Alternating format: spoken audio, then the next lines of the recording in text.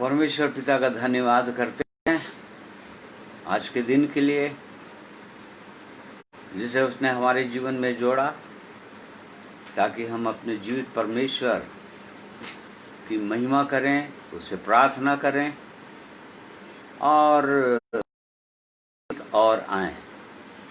हौसले आज के दिन के लिए धन्यवाद करते हैं और विशेषकर आज के सुंदर अवसर के लिए धन्यवाद करते हैं कि एक बार फिर से परमेश्वर ने हमको ये अवसर दिया है कि उसके पवित्र वचन के द्वारा हम कुछ सीखें कि परमेश्वर की क्या इच्छा है हमारे जीवन के लिए, प्रभु यीशु की क्या इच्छा है हमारे जीवन के लिए, अपने लोगों के जीवन के लिए। और इस कारण से आज के दिन में हम इन बातों पर ध्यान लगाएंगे परमेश्वर के वचन के द्वारा।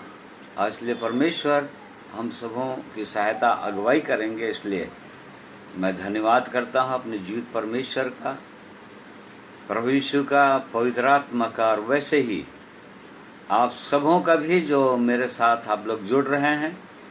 आप सबों को मैं प्रभु यीशु के पवित्र नाम में नमस्कार कहता हूँ, जय मसीह की कहता हूँ। आज के वचन के लिए हम निकालेंगे यूहन्ना का सुसमाचार, उसका 20वां अध्याय, उसका 19 पद से 22 पद तक। Gospel of John chapter 20 versus 90 to 22। उसी दिन जो सप्ताह का पहला दिन था, संध्या के समय, जब वहां के द्वार जहाँ चेले थे यहूदियों के डर के मारे बंद थे, तब यीशु आया और उनके बीच में खड़ा होकर उनसे कहा, तुम्हें शांति मिले। और यह कहकर उसने अपना हाथ और अपना पंजर उनको दिखाया। तब चेले प्रभु को देखकर आनंदित हुए। यीशु ने फिर उनसे कहा, तुम्हें शांति मिले। जैसे पिता ने मुझे भेजा है, वैसे ही मैं भी तुम्हें भेजता हूँ। यह कहकर उसने उस पर फूंका और उसने कहा, पवित्र आत्मा लो। जिनके पाप तुम क्षमा करो, वे उनके लिए क्षमा किए गए हैं, और जिनके तुम रखो, वे रखे गए हैं। परमेश्वर का धन्यवाद करते हैं उसके पवित्र वचन के लिए। परमेश्वर अपने पवित्र वचन को हम में से हर एक के हृदय के अंदर प्रकाशित करें। आइए प्रार्थना करेंगे। अनुग्रहकारी प्रेमी परमेश्वर पिता, हम आपका धन्यवाद करते हैं आज के दिन के लिए, इस समय के लिए, विशेषकर आपके पवित्र वचन के लिए। आज के दिन में प्रभु जी, आप हमें जो सिखाना चाहते हैं, हम सीखना चाहते हैं। और इसलिए अपनी आत्मा के द्वारा हमारी सहायता कीजिए कि आपकी हमारे जीवन के लिए क्या इच्छा है, ताकि हम अपने जीवन के द्वारा आपको महिमा दे सकें और आपकी इच्छा को पूरा कर सकें। और इसलिए प्रभु जी, मेरी सहायता कीजिए बोलने में, और वैसे ही मेरे प्रिय भाइयों और बहनों की सहायता कीजिए जो आज के दिन में ऑनलाइन सुनते हैं, और उसके बाद भी जो लोग सुनते हैं, हर एक की सहायता अगुवाई कीजिए। प्रार्थना प्रभु यीशु के नाम में मांगते हैं, सुनिए, ग्रहण कीजिए, आमीन। तो प्रिय भाइयों और बहनों, यहाँ पर जो प्रभु यीशु जी उठने के बाद, मृतकों में से जी उठने के बाद अपने शिष्यों को दिखाई दिए, और हम जानते हैं कि जो ग्रेट कमीशन है या महान आदेश जो प्रभु यीशु ने अपने चेलों को दिए, इसको प्रायः हम सब लोग जानते हैं कि महान आदेश क्या है। ऐसे बोलने से सब लोग जानते हैं, जो मत्ती 28 अध्याय और उसका 18 पद से आगे लिखा हुआ है। अपने चेलों को प्रभु यीशु ने कहा कि जाकर सब जाति के लोगों को सुसमाचार सुनाओ और उन्हें चेला बनाओ, और उन्हें पिता, पुत्र, पवित्र आत्मा के नाम से बपतिस्मा दो, और देखो अंत तक मैं तुम्हारे साथ हूँ, सारी आज्ञाओं को मानना सिखाओ। उससे पहले 17 अध्याय में उसने कहा कि स्वर्ग और पृथ्वी का सारा अधिकार मुझे दिया गया है, इसलिए जाकर सब जाति के लोगों को सुसमाचार सुनाओ। तो उससे पहले ये ग्रेट कमीशन, महान आदेश प्रभु यीशु ने अपने चेलों को दिए थे, और इसलिए आज के दिन में इन्हीं बातों को हम थोड़ी देर देखेंगे, और इसमें परमेश्वर हम सबों की सहायता अगुवाई करेंगे। और इसलिए परमेश्वर का धन्यवाद करते हैं उसके ऐसे पवित्र जीवित वचनों के लिए जिसको उसने हमारे जीवन में दिया। परंतु जो महान आदेश प्रभु यीशु ने दिया मत्ती 28 में, उससे भी पहले, सबसे पहले प्रभु यीशु ने चेलों को जो आदेश दिया था वो यहाँ पर यूहन्ना 20 अध्याय में जो हमने पढ़ा, वो उससे भी पहले प्रभु यीशु ने कहा था अपने चेलों को। जब ये लोग डर के मारे प्रभु यीशु मसीह के जी उठने के बाद, उसके चेले लोग डर रहे थे, और उस कारण से यहूदियों से डर रहे थे, क्योंकि यहूदियों ने प्रभु यीशु को क्रूस पर चढ़ाकर मार डाला था। और उसके बाद ये लोग डरे हुए थे, सारे चेले प्रभु यीशु को छोड़कर भाग गए थे। और जब जी उठे तो उनको जो समाचार दिया गया उस पर भी वो लोग पूरे के पूरे लोग उस पर पूरा विश्वास नहीं कर पा रहे थे, और किसी किसी को संदेह भी हो रहा था। परंतु यहाँ पर प्रभु यीशु ने उनको हियाव बंधाया। जो बंद कमरे में थे लोग यहूदियों के डर के मारे, तो यहाँ पर लिखा हुआ है, तब यीशु आया और उनके बीच में खड़ा होकर उनसे कहा, तुम्हें शांति मिले। क्योंकि ये लोग डरे हुए थे, भयभीत थे। और 20 पद में इस प्रकार से लिखा हुआ है, और यह कहकर उसने अपना हाथ और अपना पांजर उनको दिखाए। तब चेले प्रभु को देखकर आनंदित हो गए। जैसे ही प्रभु यीशु ने, तब वो लोग विश्वास किए। जब प्रभु यीशु के घाव की ओर देखे वो लोग, उसके पांजर की ओर देखे, और देखकर उसके घाव को, उसके हाथों में कीलों के निशान देखे, और भाले का निशान देखे, और तब वो लोग आनंदित हो गए प्रभु यीशु को देखकर। और तब यीशु ने फिर उनसे कहा, तुम्हें शांति मिले।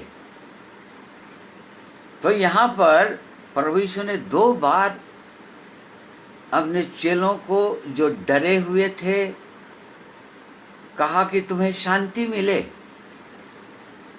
और तब वो लोग आनंदित हो सके, तब उनका भय दूर हुआ यहाँ पर। और जब प्रभु यीशु शांति शब्द को 2 बार कहा, इसका अर्थ है, प्रभु यीशु ने क्यों 2 बार तुम्हें शांति मिले, तुम्हें शांति मिले कहा? क्योंकि उसके बाद ये उनको एक और महान आदेश उनको देना, सेवा के लिए। और बिना शांति पाए हृदय के अंदर कोई परमेश्वर की इच्छा को प्रकट नहीं कर सकता, पूरा नहीं कर सकता।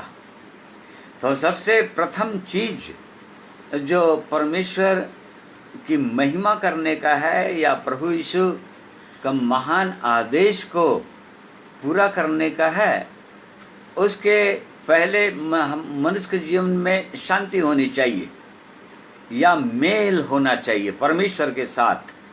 सबसे पहले परमेश्वर के साथ शांति होना, मेल होना चाहिए, क्योंकि बिना परमेश्वर के मेल, परमेश्वर से जुड़े एक मनुष्य के हृदय के अंदर शांति आ नहीं सकती। जैसे अय्यूब की पुस्तक में हम पढ़ते हैं, अय्यूब 22 उसका 21 पद में बुक ऑफ जॉब 22:21। इस प्रकार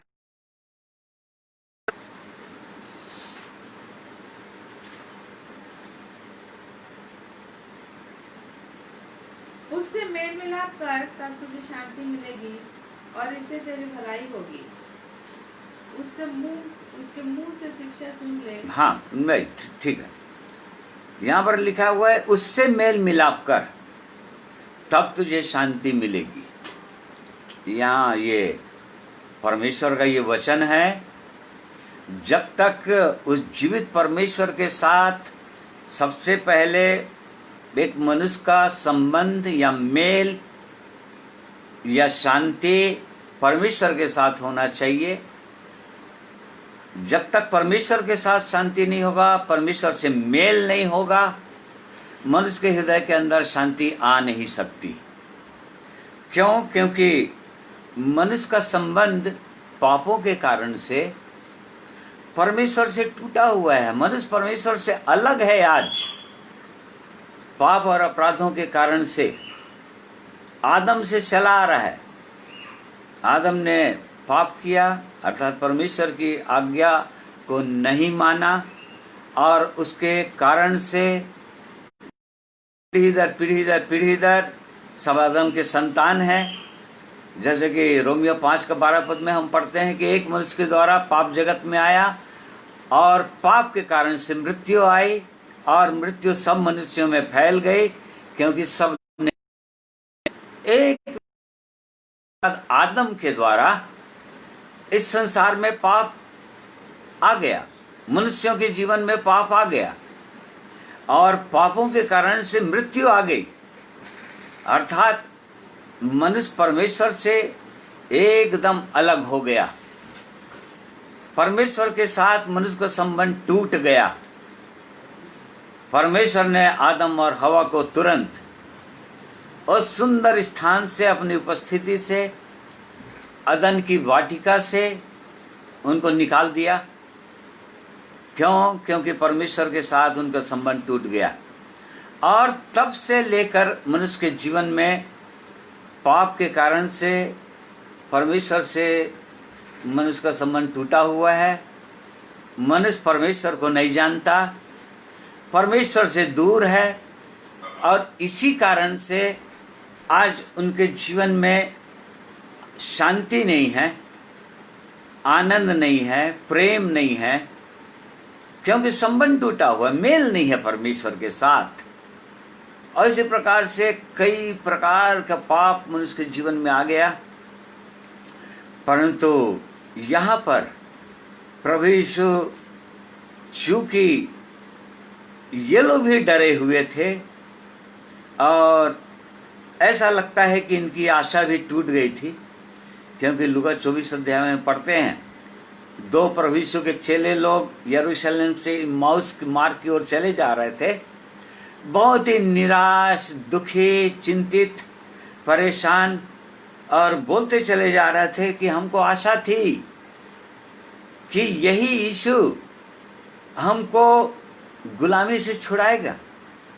हम गुलाम हैं रोमन सरकार के, रोमन, और प्रभु यीशु ही हमें छुटकारा देगा, ऐसी उनकी आशा थी। परंतु वो भी चला गया, क्रूस पर मरकर चला गया। वो लोग निराश हो चुके थे और ये जरूरी था कि उनके अंदर भी शांति हो। तो यहाँ पर सबसे पहले हमारे जीवन में वो शांति तभी आएगी जब परमेश्वर के साथ हमारा मेल होगा। मेल मतलब ही होता है शांति। परमेश्वर के साथ हमारी शांति होगी या परमेश्वर के साथ हमारा संबंध होगा। ये तभी संभव है जब परमेश्वर एक मनुष्य के पाप अपराधों को क्षमा करे, प्रभु यीशु के लहू से धो डाले, शुद्ध करे, और तब एक मनुष्य के अंदर में वो शांति आ सकती है। तो यहाँ पर सबसे पहले शांति हमारे परमेश्वर के साथ हमारा संबंध होना चाहिए, मेल होना चाहिए, तब हमने देखा कि तब तुझे शांति मिलेगी। जैसे ही परमेश्वर के साथ मेल होता है एक मनुष्य का, हृदय के अंदर शांति आ जाती है। हृदय के अंदर शांति आना चाहिए मनुष्य के जीवन में। आज मनुष्य का हृदय अशांत है। आज मनुष्य के हृदय के अंदर चिंताएं हैं, निराशा है, कई प्रकार की निराशा है मनुष्य के जीवन में, तनाव है, मनुष्य के जीवन में टेंशन्स है, और इस कारण से वो भयभीत रहता है और कुछ भी अच्छा नहीं है। तो हृदय के अंदर मनुष्य के जीवन में शांति होनी चाहिए, जैसे कि परमेश्वर की इच्छा है। उसने अपने वचन में कहा, कुलुसियों 3 अध्याय, कोलोसियंस चैप्टर 3 वर्स 15 में यहाँ पर हम पढ़ेंगे, यहाँ लिखा हुआ है कि जो परमेश्वर की शांति कहाँ होनी चाहिए? मसीह की शांति, जिसके लिए तुम एक देह होकर बुलाए भी गए हो, तुम्हारे हृदय में राज्य करे और तुम धन्यवादी बने रहो। देखिए, मसीह की शांति एक मनुष्य के हृदय के अंदर राज्य करना चाहिए। शांति राज्य करना चाहिए। इसका मतलब यदि मसीह की शांति किसी के हृदय में राज्य करे तो वहाँ पर निराशा का कोई जगह नहीं होगा, फिर तनाव का कोई जगह नहीं होगा, क्योंकि मसीह की शांति जो मनुष्य के समझ से परे होता है, अर्थात चाहे कैसे, मसीह की शांति मतलब चाहे कैसो भी परिस्थितियां आ जाए जीवन में, मसीह दुख उठाया हमारे लिए, मनुष्य जाति के लिए, और मार खाते रहे, कई प्रकार से वो सताए गए, ठट्ठों में उड़ाए गए, उनके हाथों पाँव में खिले ठोके गए, परंतु उनकी शांति भंग नहीं हुई। उनके हृदय के अंदर एक शांति थी। उनके मुंह से तभी भी लोगों के लिए उसने क्षमा की घोषणा किया, हे पिता इन्हें क्षमा करना। उनके लिए अच्छे शब्द बोले, क्यों? यही मसीह की शांति है। और परमेश्वर की इच्छा है कि मसीह की शांति हर एक मनुष्य के हृदय के अंदर राज्य करना चाहिए। यदि मसीह की शांति हमारे हृदय के अंदर राज्य न करे तो हम किस चीज की सुसमाचार सुनाएंगे, किसकी बातें बताएंगे? यदि हमारे ही अंदर शांति ना हो, जो परमेश्वर के वचन को बताते हैं लोगों को, सबसे पहले उनका मेल होना चाहिए परमेश्वर के साथ। परमेश्वर के साथ उनके शांति के संबंध होना चाहिए, शांति की वाचा होना चाहिए, हृदय के अंदर शांति होना चाहिए। और तब परमेश्वर के वचन में लिखा हुआ है, नीति वचन 16 और उसका देखिए 3 पद, प्रोवर्ब 16 वर्स 7। जब किसी का चाल चलन यहोवा को भावता है तब वह उसके शत्रुओं का भी उससे मेल कराता है। देखिए, जब एक मनुष्य के हृदय के अंदर शांति होती है, जब मनुष्य के हृदय के सारे पाप प्रभु यीशु के लहू से धो दिए जाते हैं, शुद्ध किए जाते हैं, और उसका जीवन परमेश्वर को पूरी रीति से समर्पित हो जाता है, और प्रभु यीशु के पवित्र जीवन का जब वो अनुभव करने लग जाता है और इस प्रकार से उसके जीवन से परमेश्वर प्रसन्न हो जाता है, तब यहाँ पर वचन में हम पढ़ते हैं, तब परमेश्वर उसका संबंध उसके शत्रुओं से भी करा देता है। अर्थात उसके शत्रुओं से भी मेल करा देता है, या उनके शत्रुओं के साथ भी उसकी शांति होगी, या किसी मनुष्य के साथ उसका कोई गलत संबंध नहीं होगा, विरोध नहीं होगा, किसी मनुष्य से उसको कोई समस्या नहीं होगी, सबको क्षमा कर देंगे। इस प्रकार से ये तीनों शांति हमारे हृदय के अंदर होनी चाहिए। इस कारण से प्रभु यीशु ने अपने चेलों को उसी बात को 2 बार रिपीट किया कि तुम्हें शांति मिले, क्योंकि लोग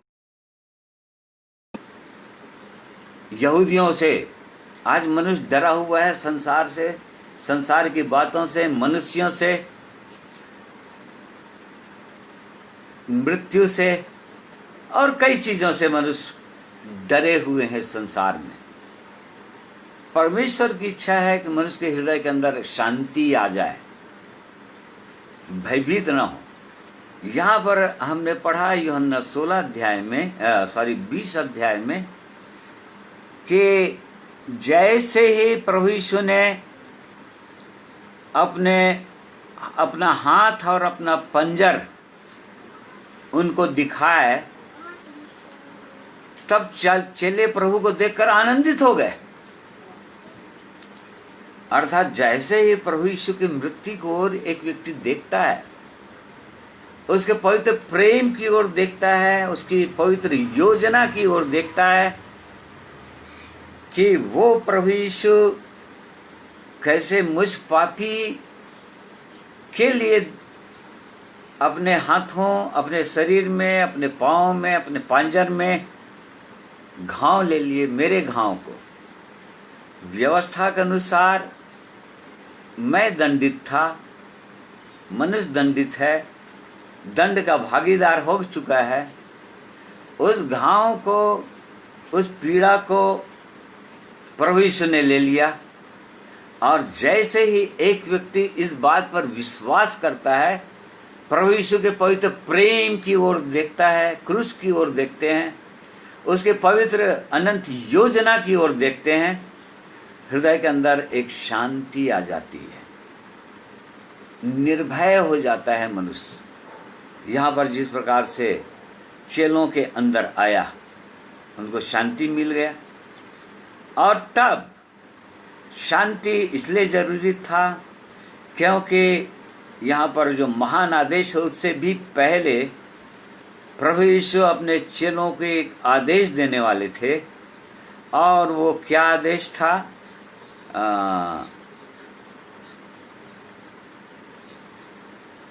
21 में हम पढ़ते हैं, वर्ष 21 में, यीशु ने फिर उनसे कहा, तुम्हें शांति मिले। जैसे पिता ने मुझे भेजा है वैसे ही मैं भी तुम्हें भेजता हूँ। प्रभु यीशु बार बार सुसमाचार के अंदर यहूदियों को, इस्राएलियों को इसी बात को बोलते रहे कि पिता ने मुझको भेजा है इस संसार में। मैं अपने आप से नहीं आया हूँ, मैं परमेश्वर की ओर से होकर आया हूँ। इस बात को प्रभु यीशु बार बार बोलते रहे और प्रमाणित करते रहे। यहाँ पर प्रभु यीशु अब वो स्वयं जाने वाले थे, अब स्वर्ग जाने वाले थे, पिता के पास जाने वाले थे। जहाँ से प्रभु यीशु आए थे उससे पहले अपने चेलों को उसने कहा कि जैसे पिता ने मुझे भेजा है वैसे ही मैं भी तुम्हें भेजता हूँ। तो प्रिय भाइयों और बहनों, हमको ध्यान देने वाली बात है ये कि पिता ने प्रभु यीशु को क्यों भेजा था इस पृथ्वी पर। हमको जानना चाहिए इस बात को, हम और जानते भी हैं, और गहराई से हमको जानना चाहिए कि पिता ने प्रभु यीशु को क्यों भेजा, पुत्र के रूप में वो शरीर धारण करके इस पृथ्वी पर क्यों आए। इस बात को जानने की आवश्यकता है। और इस बात को हम यूहन्ना 1 अध्याय, गॉस्पेल ऑफ जॉन चैप्टर 1 वर्ष 19 में हम पढ़ते हैं।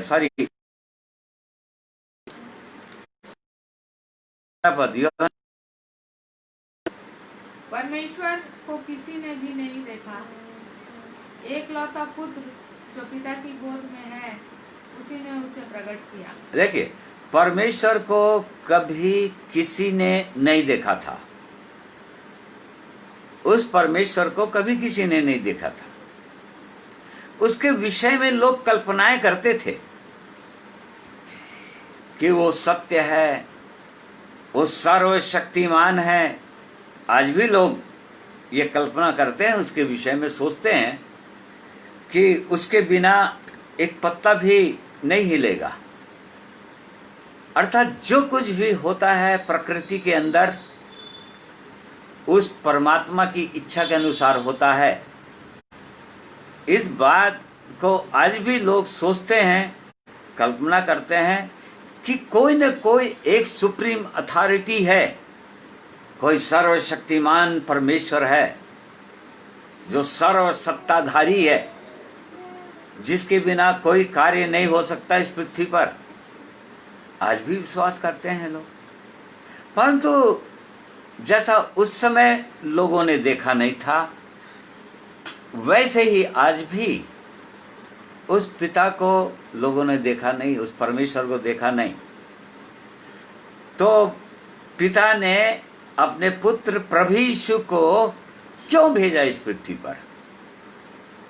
यहाँ पर एक उद्देश्य लिखा हुआ है। 18 पद में हमने पढ़ा कि परमेश्वर को कभी किसी ने नहीं देखा था। एक लौता पुत्र जो पिता के गोद में है, उसने पिता को प्रकट कर दिया।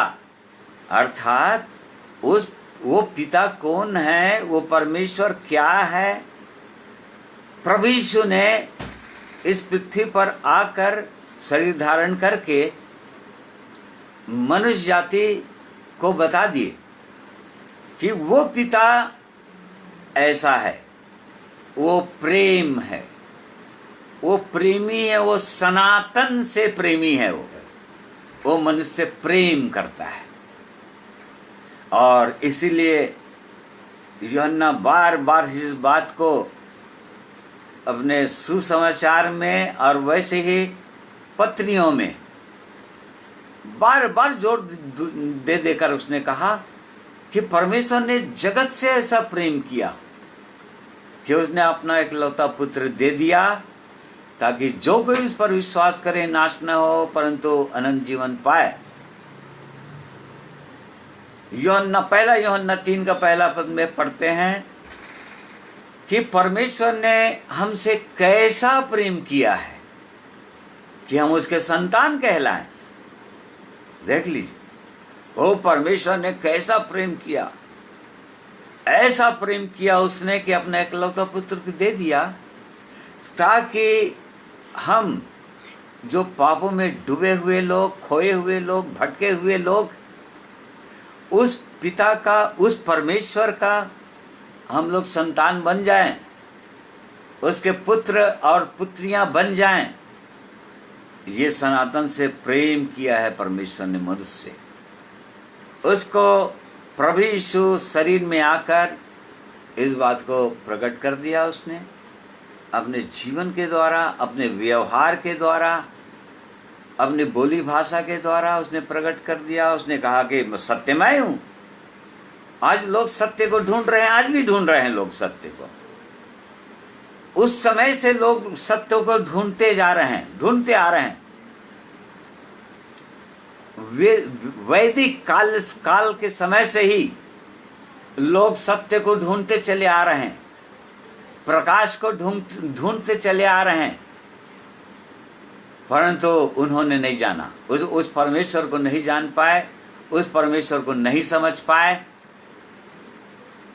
परंतु प्रभु यीशु इस संसार में आकर शरीर धारण करके उस परमेश्वर को उसने प्रकट कर दिया, उस सत्य को प्रकट कर दिया। उसने कहा, प्रभु यीशु ने कहा, सत्यमय हूँ, मार्गमय हूँ, जीवनमय हूँ, जगत की ज्योति मैं हूँ।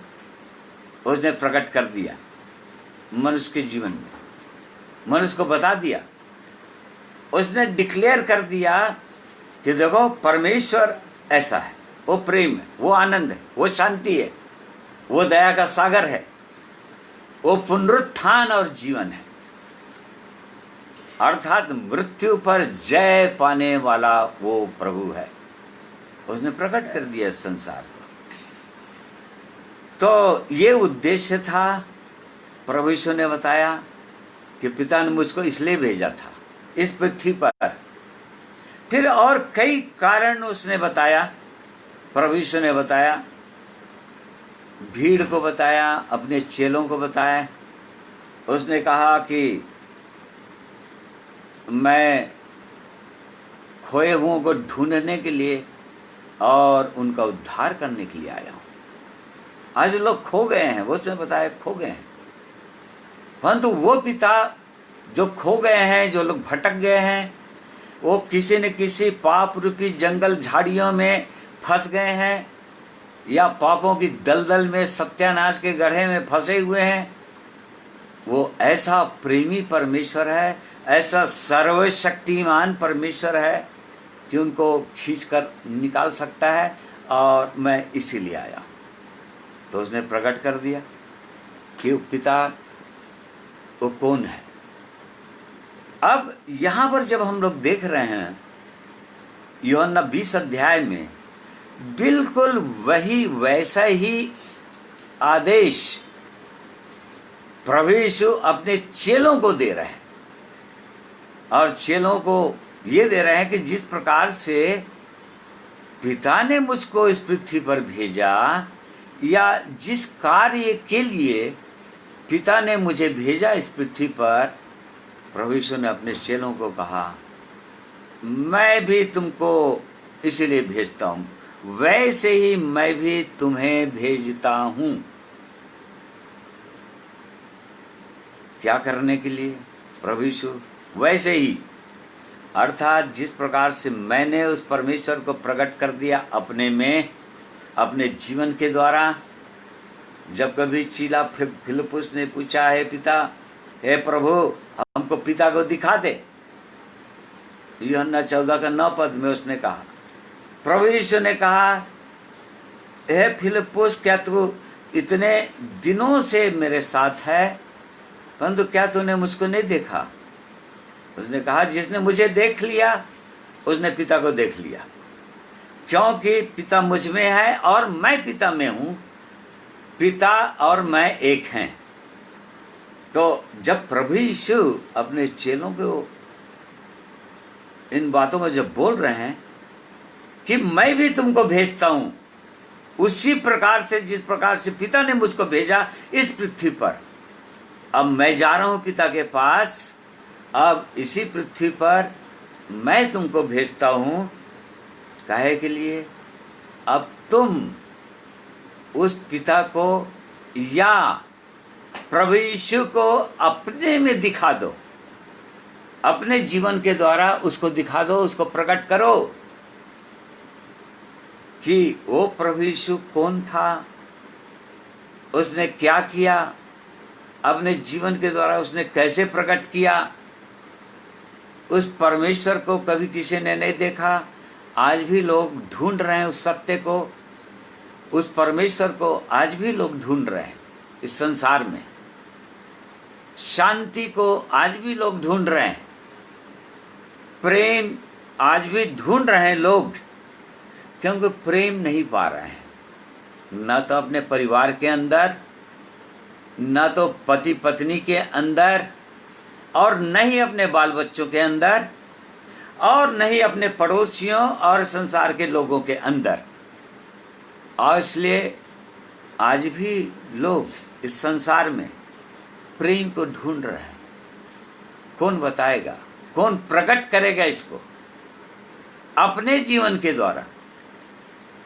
प्रभु यीशु कभी भी केवल उपदेश नहीं दिए, सबसे पहले उपदेश देने से पहले जब भी कोई उपदेश देना होता था, भीड़ को, चेलों, उस काम को पहले वो कर कर दिखाते थे, नमूना दिखाते थे, देखो ऐसा करना। प्रभु यीशु ने अपने चेलों का पांव धोए और अंगोछे से उनके पांव को पोछे, उसके बाद अपने चेलों को सिखाए कि जिस प्रकार से तुम मुझको गुरु और प्रभु कहते हो, और मैं सचमुच में हूँ, मैं तुम्हारा प्रभु हूँ, तुम्हारा गुरु हूँ। मैंने तुम्हारे पांव धोए, तुम भी वैसे ही धो। तो प्रभु यीशु को अपने आप को पहले प्रकट करते थे, अपने प्रेम को प्रकट करते थे, और पिता के प्रेम को, उसके आनंद को, उसकी शांति को, उसकी दया, उसके तरस को प्रभु प्रकट करते थे पहले, और तब चेलों को सिखाते थे। ऐसे ही प्रभु यीशु जब अपने चेलों को बोल रहे थे कि मैं भी तुमको भेजता हूँ, इस जगत में जाओ, सुसमाचार सुनाओ, लोगों को बताओ, और परमेश्वर के प्रेम को, मेरे जीवन को, मैंने परमेश्वर के जीवन को प्रकट किया, अब तुम अपने जीवन के द्वारा उस परमेश्वर का जीवन को प्रकट करो उस संसार में। ये प्रभु यीशु की इच्छा थी, उसका उद्देश्य था। इस कारण से प्रभु यीशु ने उनको कहा कि तुमको प्रकट करना होगा इस संसार में, लोगों को बताना होगा। कैसे बताएंगे? प्रभु यीशु ने कहा था कि जगत की ज्योति मैं हूं। यूहन्ना 8 उसका 12 पद पढ़ी।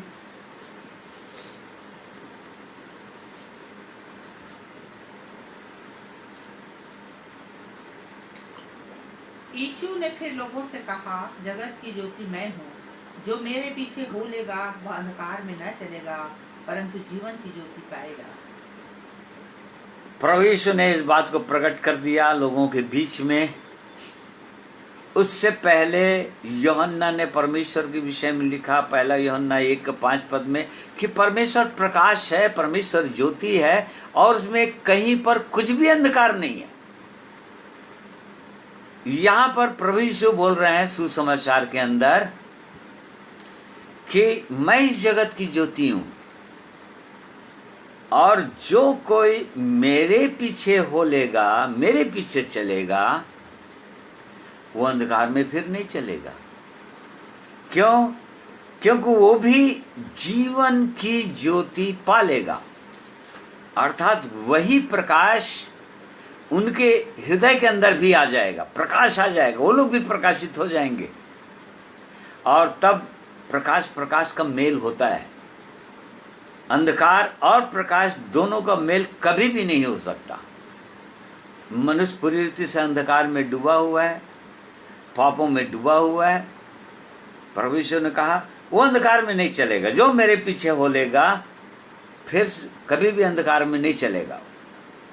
अर्थात पाप का जीवन नहीं जीता रहेगा, झूठ का जीवन, लालच का जीवन और अन्य पापों का जीवन व्यतीत नहीं करेगा, क्योंकि वो मेरे पीछे चलने लगा है, इसलिए वो नहीं चलेगा। वो फिर प्रभु यीशु ने अपने लोगों को, भीड़ को और विशेषकर अपने चेलों को बार बार बोलते रहे और इस बात को प्रकट करते रहे कि यूहन्ना 9 अध्याय उसका जॉन 9:5, इसमें देखिए क्या बोल रहे हैं प्रभु यीशु। जब तक मैं जगत में हूँ तब तक जगत की ज्योति हूँ। देखिए प्रभु यीशु ने कहा, अपने चेलों को बोल रहे थे कि जब तक मैं इस जगत में हूं, उस समय वो जगत में थे, इस संसार में थे, तब तक ही मैं जगत की ज्योति हूं। उसके बाद क्या हो गया? प्रभु यीशु क्रूस पर चले गए, मर गए, गाड़े गए, तीसरे दिन जीवित होकर स्वर्ग चले गए। अब उसके बाद जगत की ज्योति कौन है? फिर अभी किसको कहेंगे आप जगत की ज्योति?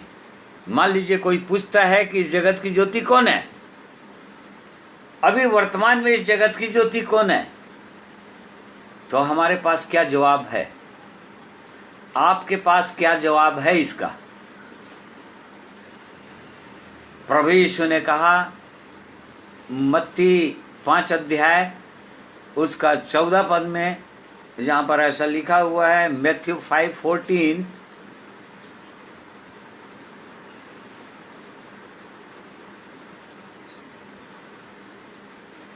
तुम जगत की ज्योति हो, जो नगर पहाड़ पर बसा हुआ है वह छिप नहीं सकता। प्रभु यीशु ने अपने चेलों को कहा यहाँ पर कि तुम जगत की ज्योति हो। उसने अपने विषय में कहा, जब तक मैं हूं इस संसार में, इस शरीर में, तब तक ही मैं इस जगत की ज्योति रहूंगा। इसके बाद अपने चेलों को पहले ही बोल दिए थे कि तुम जगत की ज्योति हो। अब प्रिय भाइयों और बहनों, प्रभु यीशु अभी नहीं है इस संसार में, तो फिर इस संसार में जगत की ज्योति कौन है? क्या अपने विषय में हम कह सकते हैं कि मैं जगत की ज्योति हूं अभी? क्योंकि प्रभु यीशु ने कहा कि तुम जगत की ज्योति हो। क्या हम कह सकते हैं ऐसा? परमेश्वर की, प्रभु यीशु की ये इच्छा है कि हम उसकी ज्योति बने। यदि नहीं है, यदि कहीं न कहीं हमारे जीवन में अंधकार की बातें हैं, अंधकार है, पूरी रीति से प्रकाश नहीं है, परंतु प्रभु यीशु की इच्छा है कि हम इस जगत की ज्योति बने, हम प्रकाशमान हो जाएं, क्योंकि अब प्रभु यीशु नहीं है। जगत की ज्योति हमको बना देना चाहते हैं। ये ज्योति, जहां जहां प्रभु यीशु बोल रहे थे, ज्योति, तुम जगत की ज्योति हो, इसका मतलब क्या था? ज्योति अंधकार में चमकती है, इसका मतलब क्या था? क्या बोलना क्या चाह रहे थे प्रभु यीशु? उसी का 1 अध्याय का, यूहन्ना 1 अध्याय उसका 14 पद पढ़िए।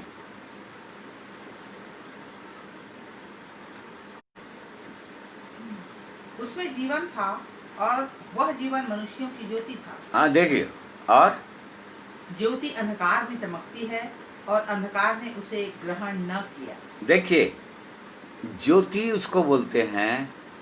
यहाँ पर उस वचन के विषय में बताया जा रहा है कि आदि में वचन परमेश्वर के साथ था और वचन ही परमेश्वर है। उसमें जीवन था और मनुष्यों की ज्योति थी। तो जब प्रभु यीशु बोल रहे हैं कि तुम जगत की ज्योति हो, इसका मतलब ये है कि तुम्हारे पास वो परमेश्वर का जीवन होना चाहिए, अर्थात परमेश्वर का प्रेम, परमेश्वर की पवित्रता, परमेश्वर का सत्य, परमेश्वर की धीरज, सहनशीलता, परमेश्वर की तरस, जो सब कुछ प्रभु यीशु के अंदर था, क्योंकि वही वचन देह धारण कर लिया था और उसका नाम प्रभु यीशु पड़ा था, प्रभु यीशु रखा गया था। उसने अपने में उस जीवित परमेश्वर को या परमेश्वर के जीवन को इस संसार में प्रकट कर दिए। 33.5 साल तक वो दिखाई देते रहे, लोगों को प्रकट करते रहे। अपने जीवन के द्वारा उस पवित्र परमेश्वर को कोई भी देख सकता था। उनके जीवन में परमेश्वर का प्रेम को, परमेश्वर की धीरज को, निष्पाप जीवन को, एकदम पवित्रता को कोई भी मनुष्य देख सकता था। तो जब प्रभु यीशु ये बोल रहे थे, तो आज हमारी जिम्मेदारी है, क्या हमारे पास वो जीवन है, परमेश्वर के जीवन, या क्या हम अब प्रभु यीशु की जगह में, अब वो कलीसिया को बोलता है, वो अपने चर्च को बोलता है, जीवित लोगों को बोलता है, उनको जिनको प्रभु यीशु ने अंधकार से निकाल कर प्रकाश में ले आए हैं, जिनका जीवन प्रकाशमय हो गया है, उनको बोल रहा है अब तुम जगत की ज्योति बनो, तुम जगत की ज्योति हो। अब अर्थात अब तुम उस पिता को, उस परमेश्वर को, प्रभु यीशु को अपने जीवन को प्रकट करो। पूरी रीति से तो हम नहीं प्रकट में परमेश्वर की, ये उसका कहने का मतलब बिल्कुल ये नहीं है कि आज कोई जीवन पाया और उसके बाद पूरी रीति से प्रभु यीशु आप उसके जीवन से प्रकट होना चाहिए। नहीं प्रिय भाइयों और बहनों, ऐसा भी नहीं है। परमेश्वर के वचन में लिखा है अंश अंश कर करके पवित्र आत्मा एक व्यक्ति के जीवन में आकर प्रभु यीशु के स्वभाव को अंश अंश करके प्रतिदिन हमको नया बनाते जाते हैं, और हमको नया बनना चाहिए ही। इस बात को हर विश्वासी भाइयों और बहनों को, जो लोग ये दावा करते हैं कि परमेश्वर का जीवन मेरे पास है या नए जन्म या उद्धार का अनुभव मेरे पास है, उनको चाहिए ही चाहिए कि क्या प्रतिदिन वो पवित्र आत्मा मेरे जीवन में नया कुछ करते जा रहा है। ये परमेश्वर की इच्छा है। और प्रकाश और प्रकाश और प्रकाश और प्रकाश, प्रकाशमान एक दिन वो करते जाता है। ये उसकी इच्छा है, परमेश्वर की इच्छा है। हम लोग यशाया 60 अध्याय उसका 1, 2, 3 पद को गीत के रूप में गाते भी हैं, जहाँ पर ऐसा लिखा हुआ है, यशाया 60 बुक ऑफ आइसिया 61-3। उठ प्रकाशमान हो, क्योंकि तेरा प्रकाश आ गया है और यहोवा का तेज तेरे ऊपर उदय हुआ है। देख, पृथ्वी पर घोर अंधकार छाया हुआ है, परंतु तेरे ऊपर यहोवा उदय होगा और उसका तेज तुझ पर प्रकट होगा। तेरे पास प्रकाश के लिए और राजा तेरे आरोहण के प्रताप की ओर आएंगे। ये परमेश्वर की इच्छा है प्रिय भाइयों और बहनों। यदि हमारे पास ये जीवन का अनुभव आ गया है, पापों की क्षमा का अनुभव आ गया है, प्रभु यीशु के रक्त की सामर्थ को, जो पापों को मिटा डालता है, पूरी रीति से धो डालता है, उसका हम अनुभव करने लगे हैं, तो ये प्रतिज्ञा जो पुराने नियम की है आज हमारे लिए प्रकट है, आज हमारे लिए लागू हो जाता है। परमेश्वर की ये इच्छा है, उठ प्रकाशमान हो जा, क्योंकि तेरा प्रकाश अर्थात प्रभु यीशु तेरे ऊपर उदय हो चुका है, तेरे अंदर आ चुका है, और इसलिए प्रकाशमान होने के लिए बोल रहा है। क्यों? कारण क्योंकि इस पृथ्वी पर अंधियारा छाया हुआ है, घोर अंधेरा है इस पृथ्वी पर। राज्य के लोगों के अंदर अंधकार छाया हुआ है।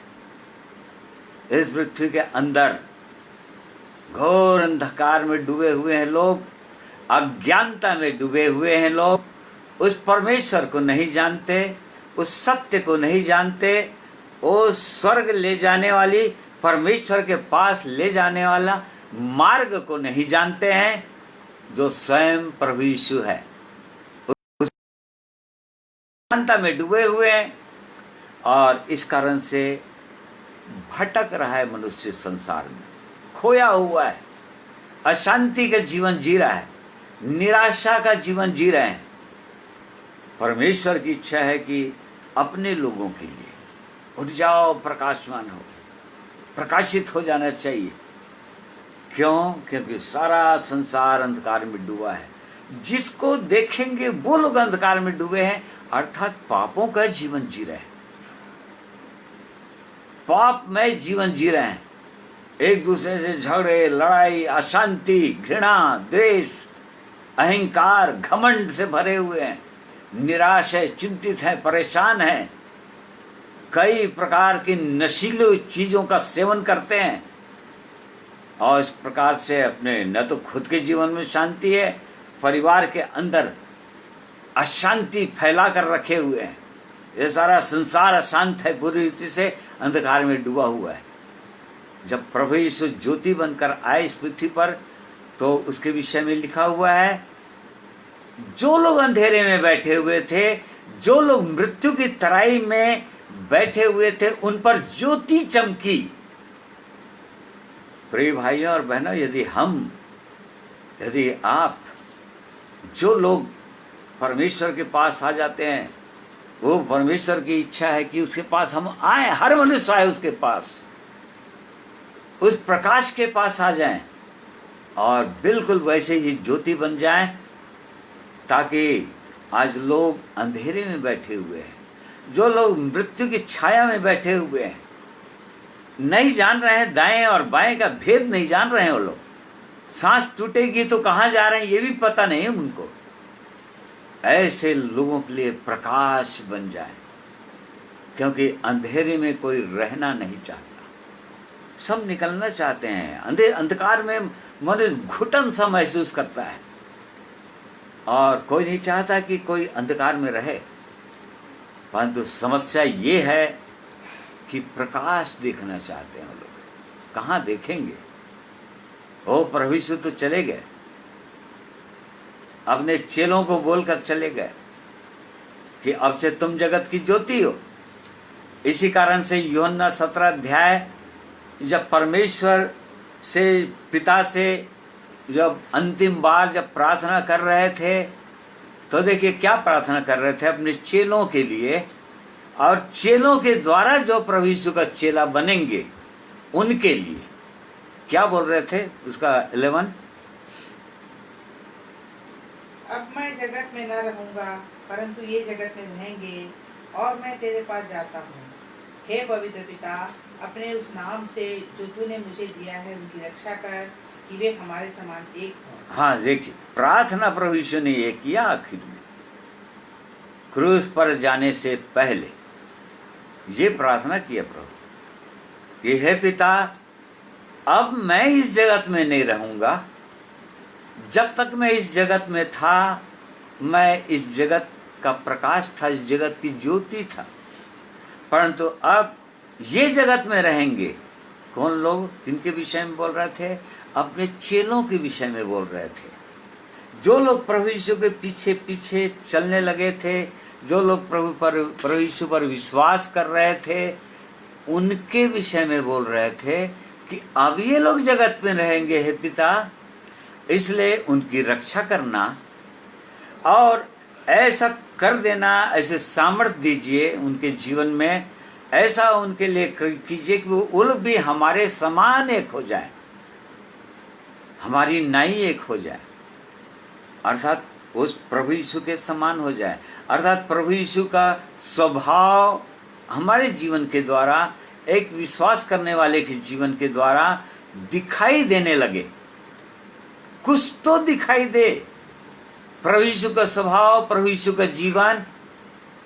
ये प्रभु यीशु प्रार्थना कर रहे थे, अंतिम प्रार्थना पिता से कर रहे थे, जिसको महायाजकी प्रार्थना कहते हैं। और इसी कारण से अपने चेलों के लिए बार बार बोल रहे थे। उसी का 17 पढ़ना था। सत्य के द्वारा इन्हें पवित्र कर, तेरा वचन सत्य है। क्या बोल रहे थे? सत्य के द्वारा, हे परमेश्वर, चूंकि अब ये लोग रहेंगे, मैं तो जा रहा हूँ, अब ये लोग आपका सुसमाचार सुनाएंगे। अब ये लोग हे पिता अपने जीवन के द्वारा आपको प्रकट करेंगे, अर्थात आपके प्रेम को, आनंद, शांति, मेल, धीरज को प्रकट करेंगे। इसलिए इन्हें पवित्र कर देना, अपने सत्य के द्वारा पवित्र करना। तेरा वचन सत्य है। परमेश्वर का वचन जिसको हम पढ़ते हैं, ये सत्य वचन है। इसके द्वारा वो परमेश्वर हमको भी बिल्कुल पवित्र कर देना चाहते हैं, जिस प्रकार से वो पवित्र है। परमेश्वर पवित्र है, क्योंकि बिना पवित्रता के कोई उसको देख भी नहीं पाएगा। परमेश्वर का वचन लिखा हुआ है। और इस कारण से प्रभु यीशु ने यही प्रार्थना किया अपने चेलों के लिए, उनके लिए उनको हिम्मत दीजिए और उनकी सहायता कीजिए, उनको प्रकाशमान कर दीजिए। और इसलिए प्रिय भाइयों और बहनों, आज हमारे लिए भी एक चैलेंज है। परमेश्वर का एक सुंदर वचन जो यशाया 62 बुक ऑफ आइसिया 62 वर्स 1, इसमें क्या लिखा है देखिए। सिय्योन के निमित्त मैं चुप न रहूंगा और यरूशलेम के निमित्त मैं चैन न लूंगा, जब तक कि उसकी धार्मिकता प्रकाश के समान और उसका उद्धार जलती हुई मशाल के समान दिखाई न दे। देखिए, परमेश्वर की यह बोझ है, प्रभु यीशु की ये बोझ है। ओ पिता के दाहिने बैठकर स्वर्ग में हमारे लिए विनती करते हैं। और विनती क्या कर रहे हैं? क्या उनकी इच्छा है? उस परमेश्वर की क्या इच्छा है? अपने लोगों के लिए, सिय्योन के निमित्त, अर्थात पवित्र लोगों के निमित्त। सिय्योन जो अभी वर्तमान समय में प्रभु यीशु के कलीसिया, प्रभु यीशु के चर्च को दिखाता है, जीवित लोगों को दिखाता है।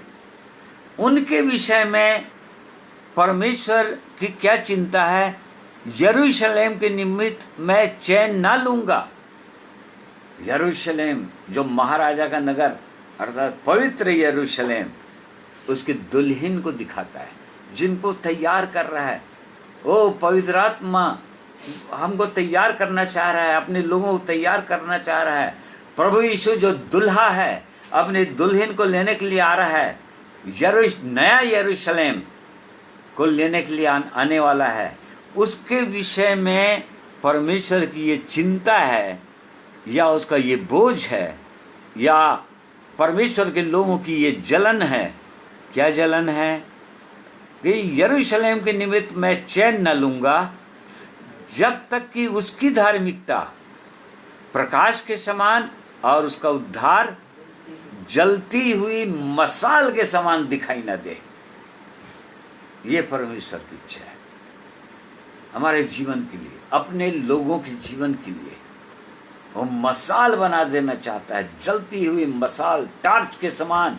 मशाल बोल रहा है मतलब एकदम दूर दूर तक दिखाई दे लोगों को, ऐसा जला देना चाहता है। जलता हुआ जीवन, एकदम प्रकाशमान जीवन, ऐसा ये परमेश्वर की इच्छा है। उसकी धार्मिकता प्रकाश के समान, अर्थात एक धर्मी का जीवन, चाल चलन, व्यवहार, बोली भाषा, रहन सहन उसके समान हो जाना चाहिए, प्रकाश के समान हो जाना चाहिए, पूरा पूरा प्रकाश बन जाना चाहिए। ये परमेश्वर का बोझ है हमारे जीवन के लिए, उसकी सिद्ध इच्छा और मनसा है एक मनुष्य के जीवन के लिए। और इस कारण से ये कमीशन या आदेश जो प्रभु यीशु ने अपने चेलों को दिए क्रूस पर जाने से पहले, और वो प्रभु यीशु जानते थे कि ये लोग ऐसा ही पूरा नहीं कर सकेंगे, और इसीलिए वो 20 अध्याय निकालिए, यूहन्ना 20 अध्याय,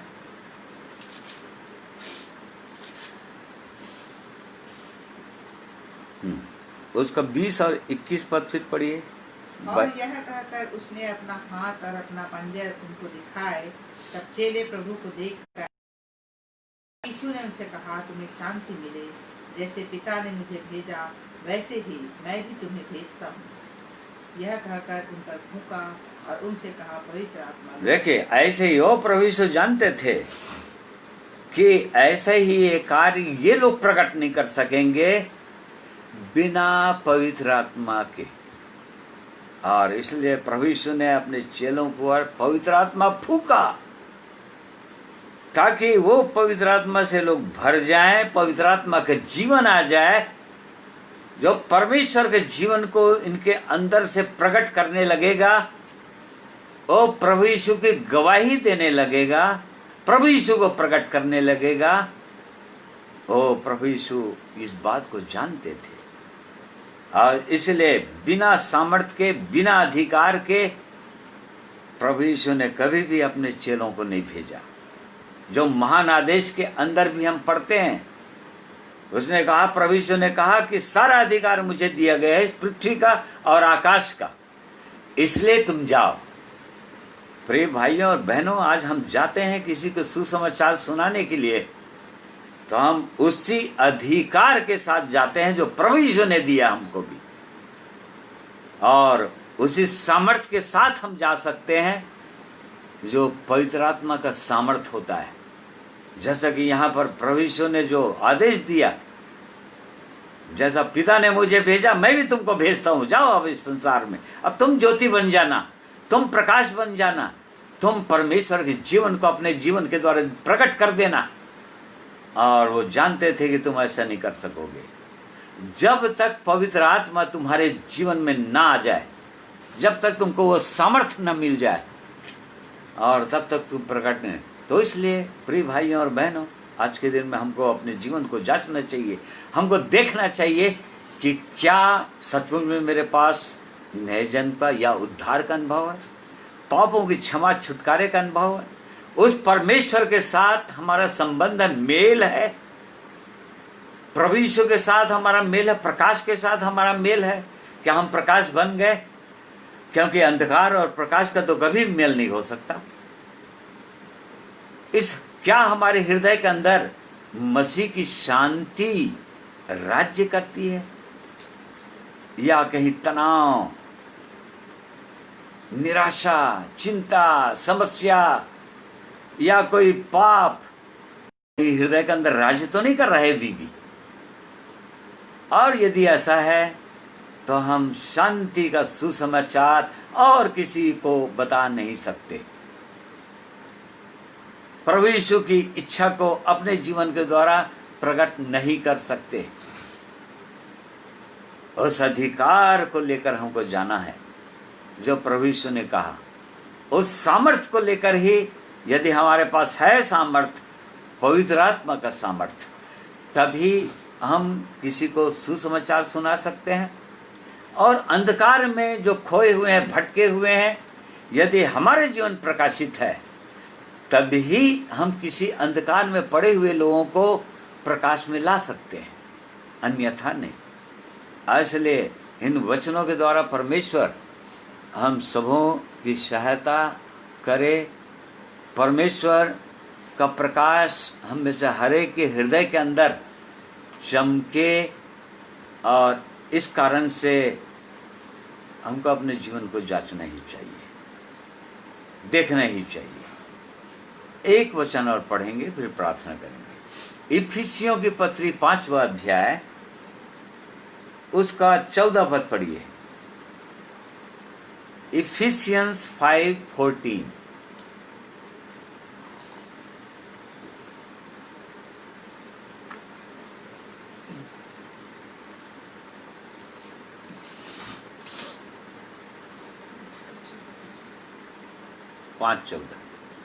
इस कारण वह कहता है, हे सोने वाले जाग, और मुर्दे में से जी उठ, तो मसीह की ज्योति तुझ पर चमकेगी। इस कारण से वो परमेश्वर कह रहा है, पवित्र आत्मा बोल रहा है यहाँ पर कि हे सोने वाले जाग जाओ, हे सोने वालों जाग जाओ। यदि किसी प्रकार से संसार में सो गए हैं, निश्चिंत हैं उद्धार के प्रति, इस सुंदर जीवन के प्रति, वो अंतिम न्याय के प्रति जो न्याय होने वाला है, हर एक का हाल खुलने वाला है, यदि किसी प्रकार से निश्चिंत हो गए हैं या सोए हुए हैं, तो परमेश्वर का वचन कह रहा है कि हे सोने वाले जाग जाओ और मुर्दों में से जी उठ जाओ। मुर्दा सा जीवन है, मृतक जीवन है, अर्थात परमेश्वर के साथ कोई संबंध नहीं है, पाप अपराधों में मनुष्य मरा हुआ है। जागो, तब मसीह की ज्योति तुम्हारे हृदय के अंदर चमक जाएगी। फिर तब मसीह की ज्योति आ जाएगी हृदय के अंदर, और वो तब हम दूसरों को बता सकेंगे, शांति की बातें बता सकेंगे। और इसलिए परमेश्वर इन वचनों के द्वारा हमें से हर एक की सहायता करें, आशीषित करें। आइए प्रार्थना करेंगे। अनुग्रहकारी प्रेमी परमेश्वर पिता, हम आपका धन्यवाद करते हैं आपके उत्तम कल्पनाओं के लिए, उत्तम विचारों के लिए, जो आप हम जैसे लोगों के लिए जो पापों में डूबे हुए थे, खोए हुए थे, इस संसार के लोगों के लिए जो आज भी पापों में खोए हुए हैं, भटके हुए हैं, जो अशांत निराशा का जीवन जी रहे हैं, उनके लिए आपका ऐसा सुंदर वचन है प्रभु, उनके हृदय के अंदर शांति आ जाए, उनके हृदय के अंदर आनंद आ जाए, प्रेम से भरपूर हो जाए हृदय, और किसी प्रकार से कोई समस्या ना हो, आपके साथ संबंध स्थापित हो जाए, हमेशा हमेशा के लिए एक धन्य आशा आ जाए जीवन के अंदर, निश्चयता आ जाए कि जब कभी भी हमारी सांस टूटे हम आपके साथ ही होंगे स्वर्ग में, ये निश्चयता आ जाए।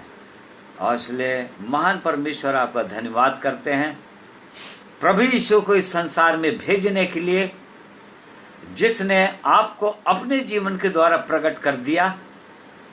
और उसके बाद प्रभु यीशु के लिए हम धन्यवाद करते हैं, जो अपनी मृत्यु देकर क्रूस पर हमारे पापों की सजा को अपने ऊपर उठाकर क्रूस पर मरकर गाड़े जाकर तीसरे दिन जीवित होकर अपने शिष्यों को पर प्रकट हुए, उनको आनंदित कर दिए और अपने घावों को दिखाकर कि देखो मैं वही यीशु हूँ जो तुम्हारे पापों के कारण से दुख उठाया, मृत्यु सही अब मैं जीवित हूँ, उनको आनंदित कर दिए।